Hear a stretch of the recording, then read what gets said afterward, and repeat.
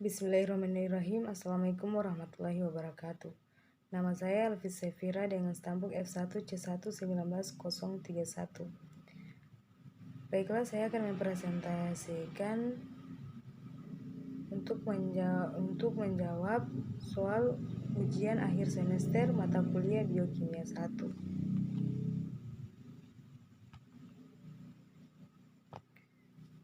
Untuk materi yang pertama yaitu mengenai lemak tubuh dan pangan. Soal yang pertama, jelaskan gambar rumus struktur keberadaannya lemak di bawah ini. Pertama, asam lemak omega. Asam lemak omega adalah salah satu jenis lemak tak jenuh tunggal yang penting bagi tubuh. Asam lemak omega 3 terdiri dari berbagai jenis yaitu eicosapentaenoic acid atau disingkat EPA. Selanjutnya docosahexaenoic acid atau DHA dan alpha-linolenic acid atau ALA. B. Lemak jenuh. Lemak jenuh adalah lemak yang terdiri dari trigliserida dengan hanya asam lemak jenuh.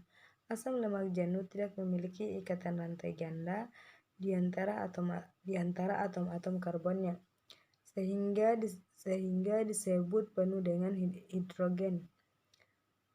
Asam lemak jenuh memiliki jumlah atom karbon yang bervariasi mulai dari 3 hingga 36. Lemak jenuh berasal dari hewan seperti daging unggas, daging merah, dan produk susu yang kaya lemak. C. Lemak tak jenuh adalah asam lemak yang baik untuk tubuh. Jenis lemak ini lebih sehat dari lemak jenuh dan banyak ditemukan pada sayuran, kacang-kacangan, biji-bijian, dan juga beberapa jenis ikan.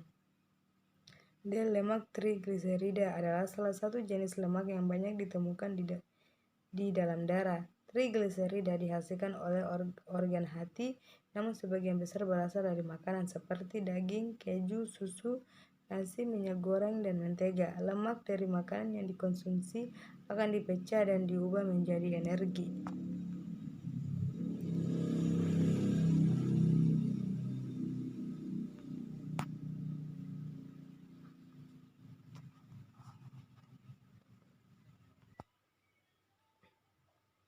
Lemak gliserol adalah sebuah komponen utama dari semua lemak dan minyak dalam bentuk ester yang disebut gliserida. Molekul trigliserida terdiri dari satu molekul gliserol dikombinasikan dengan tiap molekul asam lemak. Saat ini nama gliserol mengacu pada senyawa kimia murni dan komersial dikenal sebagai gliserin. Gliserofosfolipid atau fosfogliserida adalah membran lipid yang mengandung dua jenis asam lemak yang membentuk senyawa ester dengan karbon nomor 1 dan 2 pada gliserol. Sphingolipid adalah sebuah kelompok lipid yang banyak ditemukan di membran eukariotik. Pada manusia, konsentrasinya yang tertinggi terdapat di jaringan saraf sistem pusat, khususnya di zat, contohnya di otak. Sphingolipid mengandung rantai basa sphingoid, satu set alkohol amino alifatik seperti sphingosine. H. Lipid sterol adalah steroid tak jenuh dengan kerangka kolestana yang mengandung gugus hidroksil dan rantai sisi alifatik dengan minimal 8 atom karbon yang terikat. Lemak sterol merupakan kelompok penting di dalam steroid.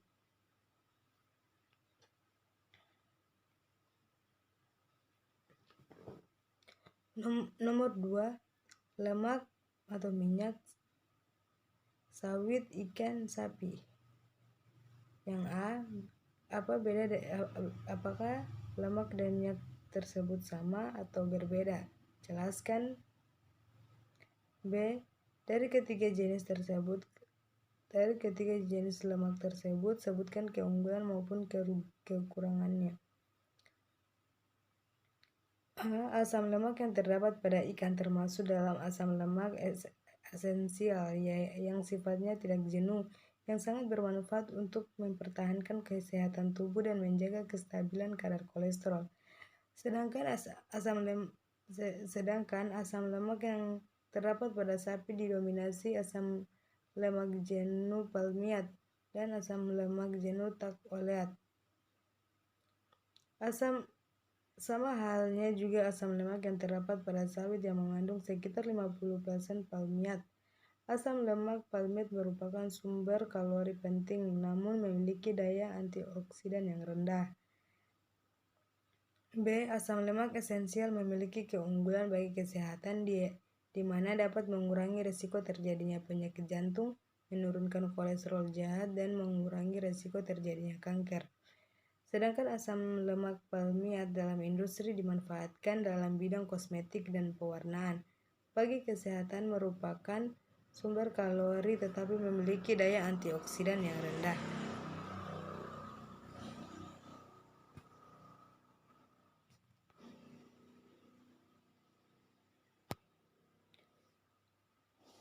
Pembahasan pertama, materi yang kedua yaitu mengenai hormon.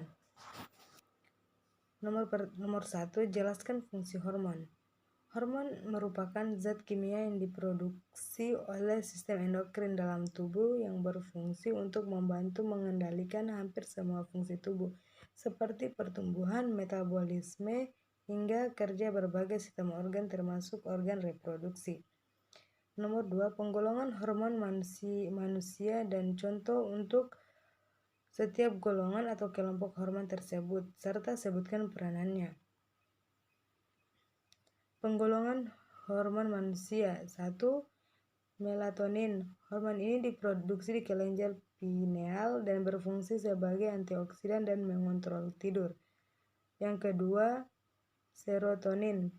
Hormon serotonin diproduksi di saluran pencernaan. Hormon ini berfungsi mengontrol mood atau suasana hati, nafsu makan, dan tidur.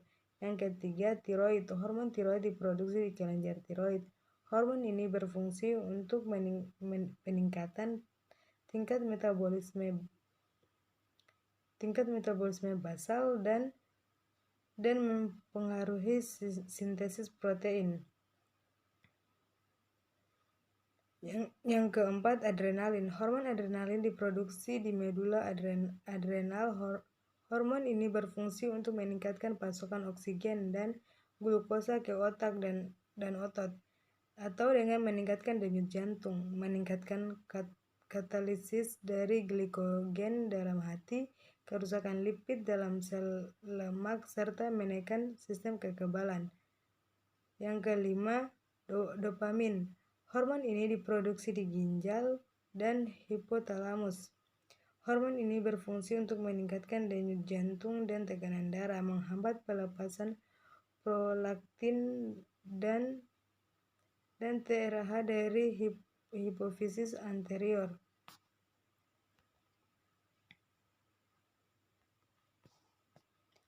Yang keenam, gastrin. Hormon ini diproduksi di duodenum atau usus 12 jari yang berfungsi untuk sekresi asam lambung dari sel parietal. Yang ketujuh, hormon pertumbuhan. Hormon ini diproduksi di pituitari anterior dan berfungsi merangsang pertumbuhan dan reproduksi sel, melepaskan faktor pertumbuhan yang mirip insulin dan hati. 8. Insulin. Hormon ini diproduksi di pankreas dan berfungsi untuk pengambilan glukosa, glikogenesis, dan glikolisis dari hati dan otot dari darah. Yang ke-9, testosteron. Hormon ini diproduksi di testis dan berfungsi sebagai hormon seks pria. Hormon ini merangsang pematangan organ-organ seks pria, skrotum, pertumbuhan jenggot, pertumbuhan massa otot, dan kekuatan, serta peningkatan kepadatan tulang. Yang ke-10, progesteron. Hormon ini diproduksi di ovarium, kelenjar adrenal, dan plasenta. Hormon progesteron berfungsi menaikkan faktor pertumbuhan epidermal, meningkatkan temperatur inti selama ovulasi, mengurangi kejang dan rileks otot polos, atau memperluas saluran pernapasan dan mengatur lendir, anti-inflamasi, mengurangi kandung empedu, normalisasi darah dan pembekuan pembuluh darah. Nomor 3, penggolongan hormon tanaman dan contoh untuk setiap golongan atau kelompok hormon tersebut serta sebutkan peranannya. Penggolongan hormon tumbuhan. Pertama, hormon auksin. Auksin dicirikan sebagai substansi yang merangsang pembelokan ke arah cahaya atau fotonasti pada bioasai terhadap kolektor Hafer atau Avena sativa pada suatu kisaran konsentrasi. Contoh hormon auksin adalah asam indolasetat dan asam indobutirat.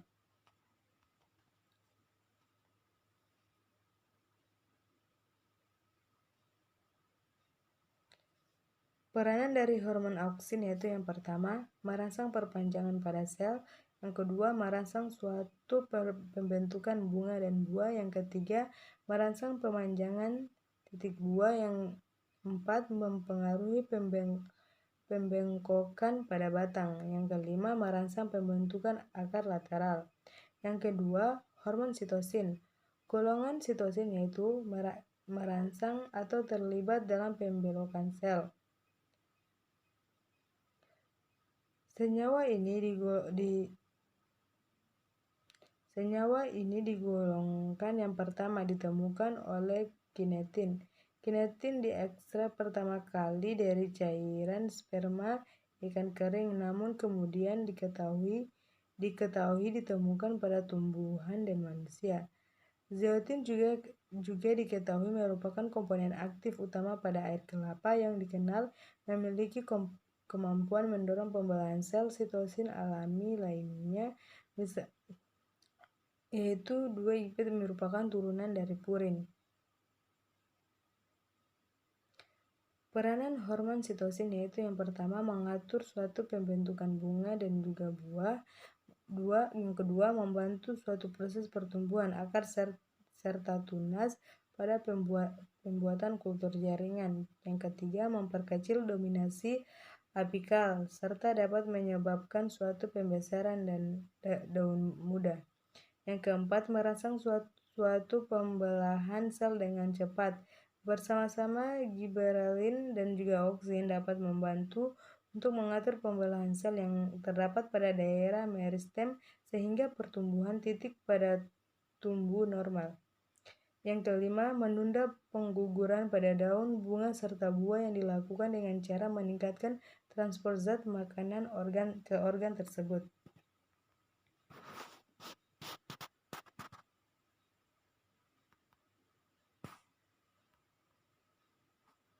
Yang ketiga, hormon giberelin. Hormon giberelin ialah zat yang didapat di salah satu jenis jamur yang hidup sebagai suatu parasit pada tanaman. Contohnya terdapat pada tanaman padi di Jepang. Jamur itu disebut Gibberella fujikuroi. Peranan hormon giberelin yaitu yang pertama mempengaruhi pemanjangan dan juga pembelahan sel, yang kedua mempengaruhi perkembangan embrio dan juga kecambah, yang ketiga menghambat pembentukan biji, yang keempat mempengaruhi pemanjangan batang, dan yang terakhir yang kelima mempengaruhi pertumbuhan dan juga perkembangan akar, daun, bunga, serta buah. Yang keempat, hormon etilena. Etilena atau etena merupakan satu-satunya zat pengatur tumbuhan yang berwujud gas pada suhu dan tekanan ruangan. Selain itu, etilena tidak memiliki variasi bentuk yang lain, contohnya seperti ethhepan yang biasa dikenal dengan etrel dan beta-hidroksil etihidrazina. Peranan hormon etilena yaitu yang pertama mempercepat dalam pematangan suatu buah, yang kedua menyebabkan pertumbuhan batang menjadi tebal dan juga kokoh, memacu suatu hormon lain dalam menimbulkan suatu reaksi tertentu, mendukung terbentuknya dan terjadinya bulu-bulu akar, induksi sel kelamin betina pada bunga, merangsang terjadinya pemekaran pada bunga, mengakhiri masa dominasi, dan pembentukan akar adventif.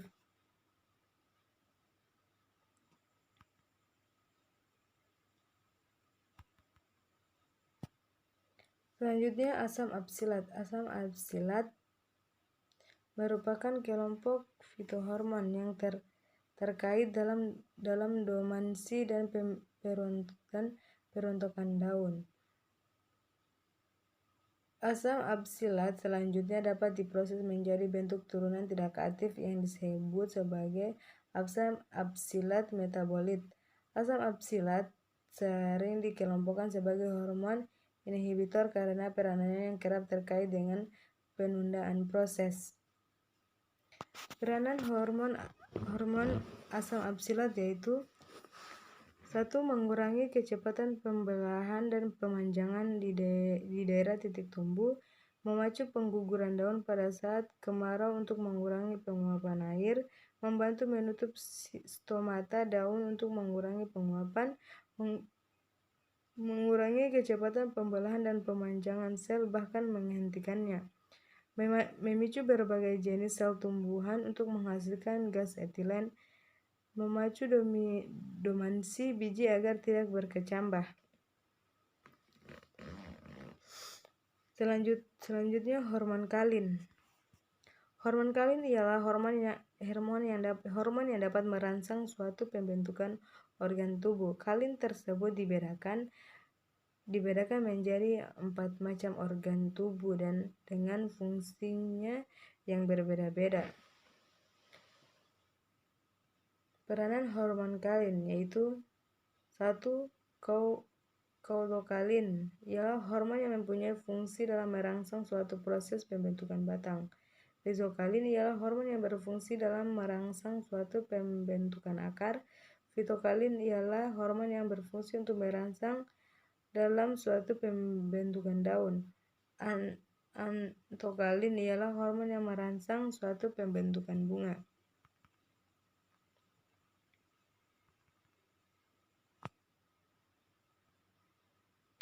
Nomor 4. Pilihlah salah satu hormon, baik itu tanaman, hewan maupun manusia. Jelaskan secara detail hormon tersebut.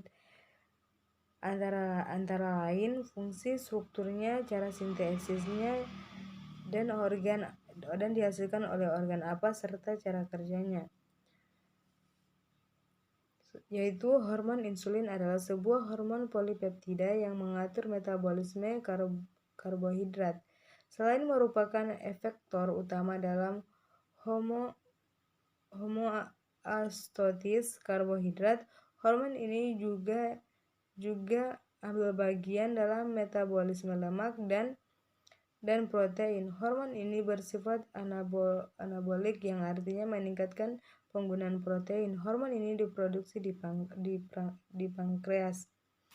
Fungsi hormon insulin yaitu pertama, hormon yang mengatur untuk memerintahkan sel-sel yang ada di dalam organ hati untuk mengubah glukosa yang diserap dari aliran darah menjadi glikogen. Glikogen merupakan bentuk glukosa yang tersimpan di dalam organ hati. Yang kedua, hormon yang memecah karbohidrat menjadi glukosa atau yang biasa disebut dengan gula darah.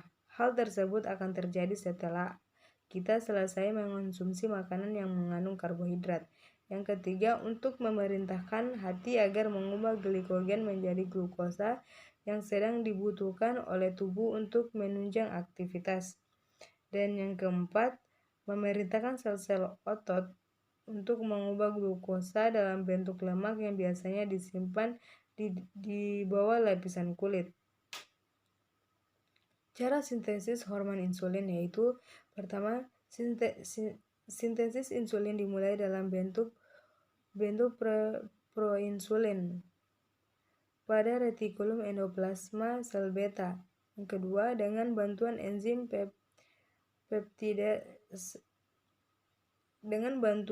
peptidase, proinsulin mengalami pemecahan sehingga terbentuk proinsulin yang kemudian dihimpun dalam gelembung-gelembung dalam sel tersebut. Yang ketiga, proinsulin kemudian diurai kembali oleh enzim peptidase menjadi insulin dan peptida C yang keduanya sudah siap disekresikan secara bersamaan melalui membran sel. Yang keempat, fungsi insulin sangat dibutuhkan dalam proses utilasi glukosa yang ada dalam darah. Kadar glukosa darah yang meningkat merupakan komponen utama yang memberi rangsangan terhadap sel beta dalam memproduksi insulin.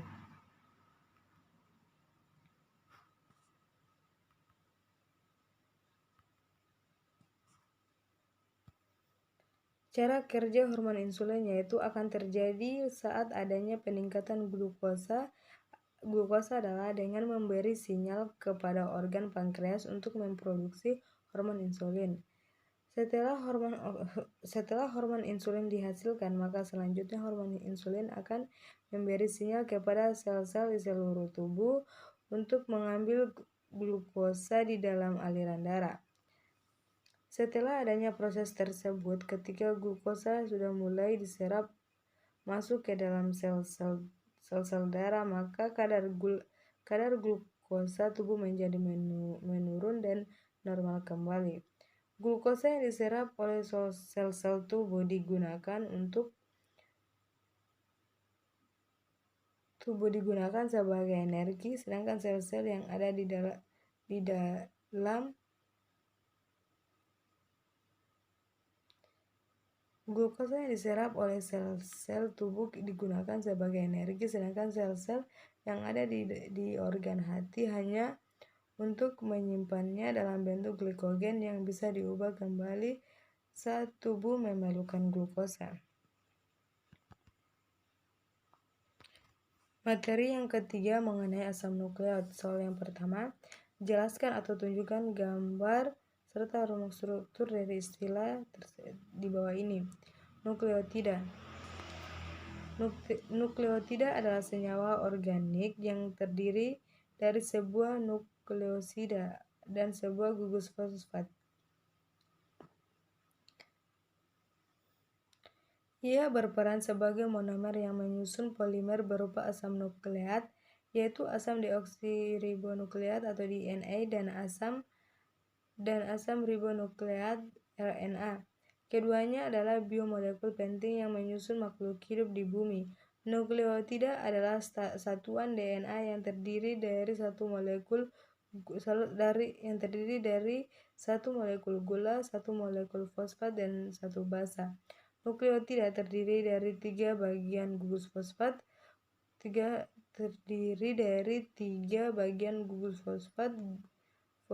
gula 5 karbon dan basa nitrogen.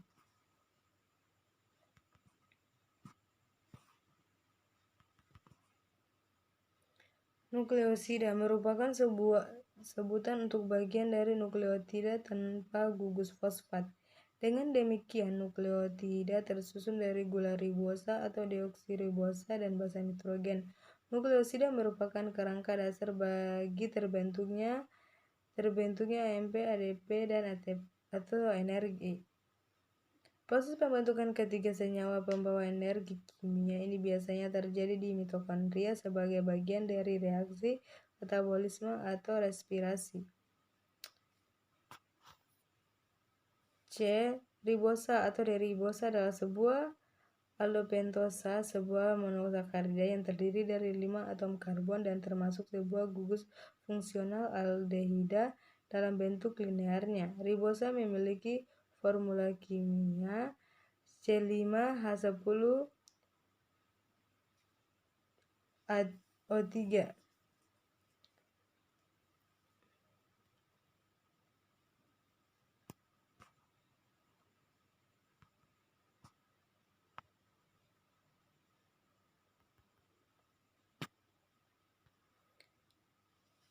Kemudian selanjutnya deoksiribosa, atau lebih tepatnya 2-deoksiribosa adalah monosakarida dengan rumus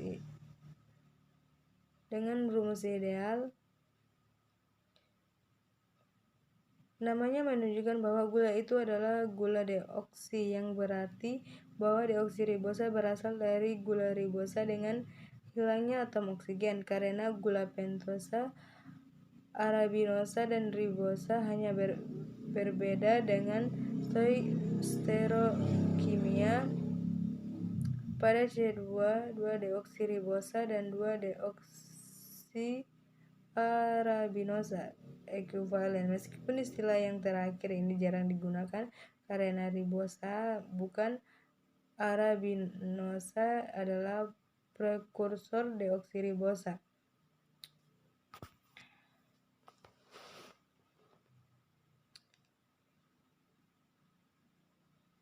Yang basa purin merupakan basa nitrogen yang mempunyai struktur heterosiklik yang terkandung dalam DNA dan RNA. Senyawa golongan purin terdiri atas adenin dan guanin. Purin merupakan molekul heterosiklik paling banyak terjadi yang mengandung nitrogen. Mereka berlimpah dalam daging, ikan, kacangan, dan biji-bijian. Contoh purin termasuk kafein, xanthin, hipoksantin, asam urat, dan basa nitrogen adenin dan guanin. Struktur purin yaitu C5H4 dan C5H4N4. Selanjutnya, basa pirimidin adalah senyawa organik aromatik heterosiklik yang menyerupai piridina dan benzena yang terdiri dari dua atom nitrogen pada posisi pertama dan ketiga dari cincin 6 anggota dan 1 cincin karbon nitrogen. Untuk rumus kimia yaitu C4H4N2.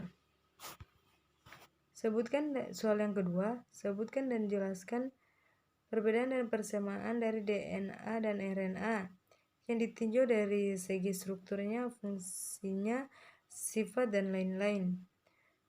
Yang pertama, perbedaan DNA dan RNA yang berdasarkan definisinya. Secara umum, DNA merupakan jenis biomolekul atau materi yang membentuk kromosom-kromosom yang menyimpan informasi detail genetika dan beberapa virus di dalam tubuh makhluk hidup.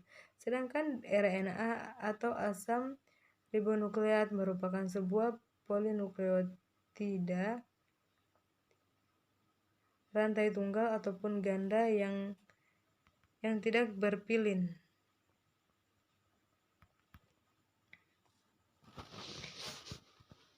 Yang kedua yaitu ditinjau dari perbedaan struktur penyusunnya, yang dimana pada gambarnya dapat dilihat perbedaan yang dapat dilihat.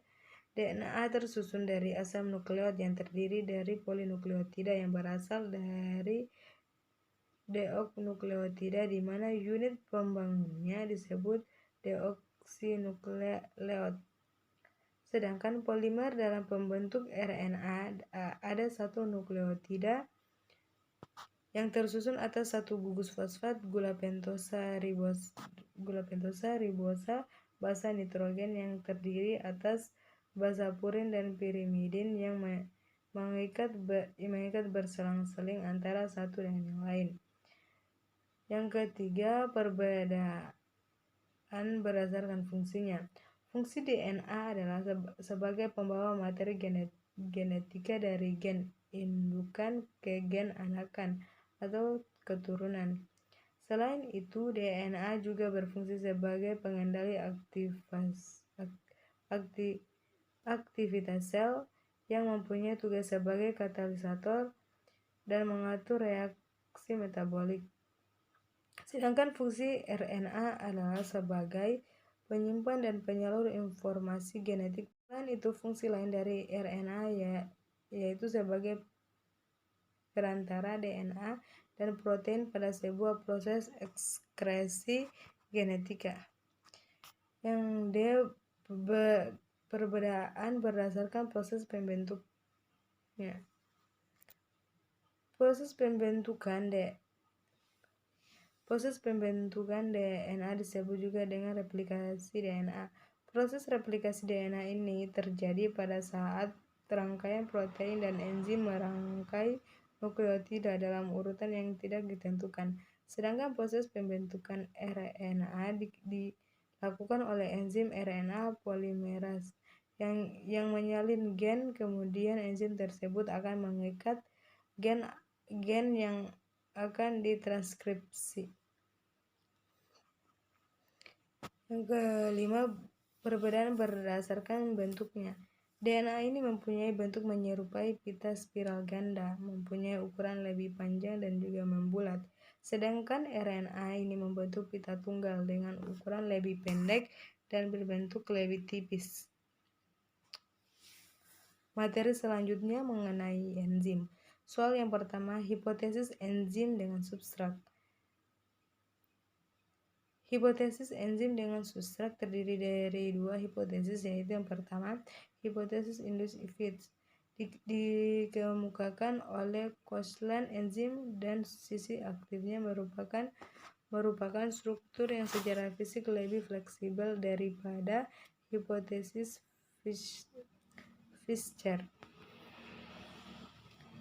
Terdapat interaksi dinamis antara enzim dan substrat. Jika substrat berkombinasi dengan enzim, akan terjadi perubahan dalam struktur sisi aktif enzim sehingga fungsi enzim berlangsung efektif. Struktur molekul substrat juga berubah selama diinduksi, sehingga kompleks enzim substrat lebih berfungsi. Yang kedua, hipotesis log NK dikemukakan oleh Emil Fischer. Antara enzim dan substrat terjadi persatuan yang kaku yang seperti kunci dan anak kunci.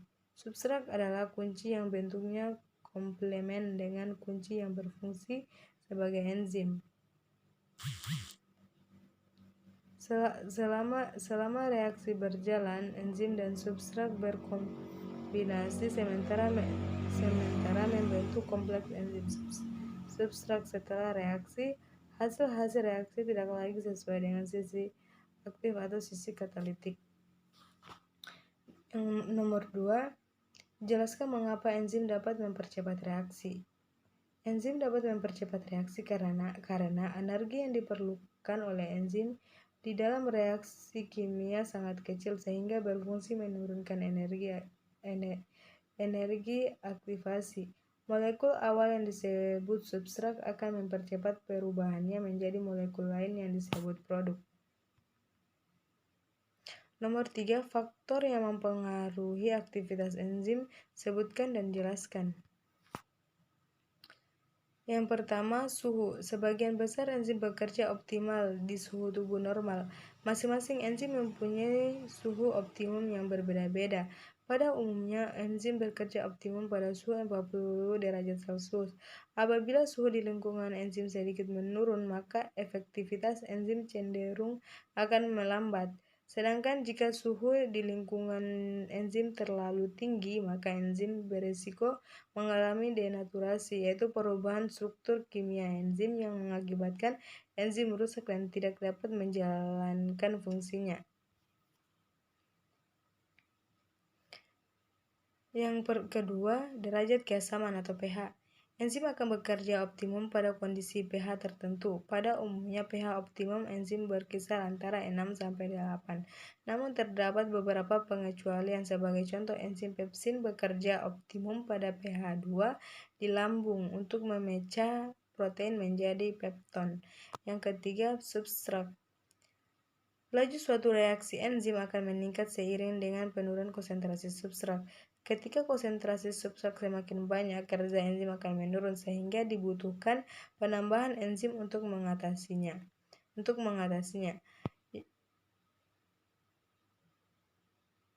Yang keempat, konsentrasi enzim.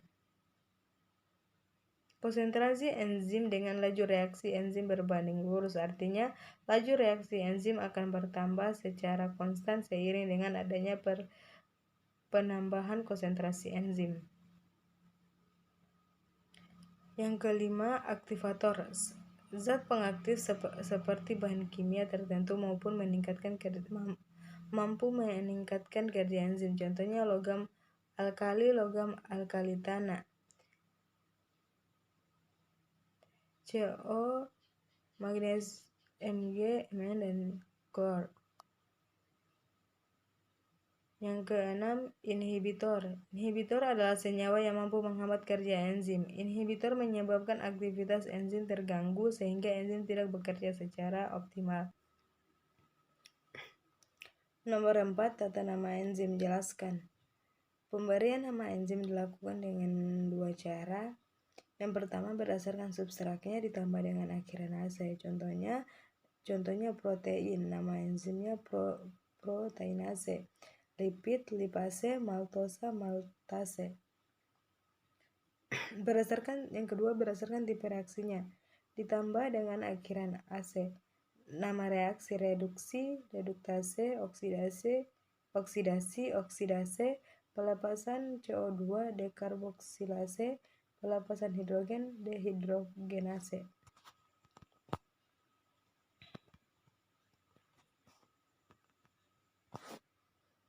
Selanjutnya, nomor 5, jelaskan istilah-istilah di bawah ini. Yang pertama, biokatalisator adalah zat yang berfungsi mempercepat reaksi tanpa ikut bereaksi dalam metabolisme. Yang kedua, koenzim adalah molekul organik non-protein yang berikatan dengan enzim secara longgar. Banyak koenzim yang mengandung adenosin monofosfat. Koenzim dapat digambarkan sebagai kelompok kosubstrat atau prostetik. Yang ketiga, kofaktor adalah senyawa kimia non-protein yang diperlukan untuk aktivitas biologis protein. Protein ini biasanya enzim dan kofaktor dapat dianggap molekul pembantu yang membantu dalam transformasi biokimia. Yang keempat, inhibitor kompetitif adalah molekul penghambat yang bersaing dengan substrat untuk mendapatkan sisi aktif enzim. Yang kelima, inhibitor non-kompetitif adalah penghambat yang dapat berikatan dengan enzim maupun dengan kompleks enzim substrat. Yang keenam, aktivator enzim adalah zat yang dapat mengaktifkan dan meningkatkan kerja enzim.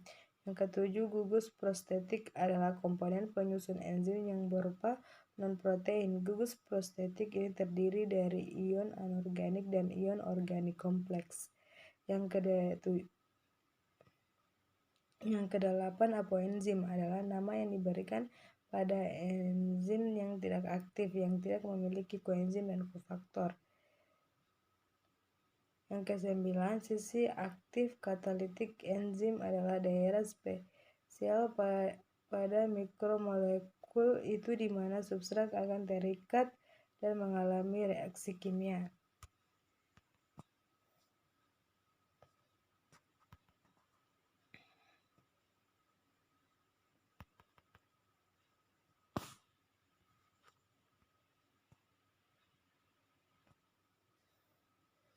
Baiklah, itu jawaban saya mengenai soal ulangan akhir semester mata kuliah biokimia 1.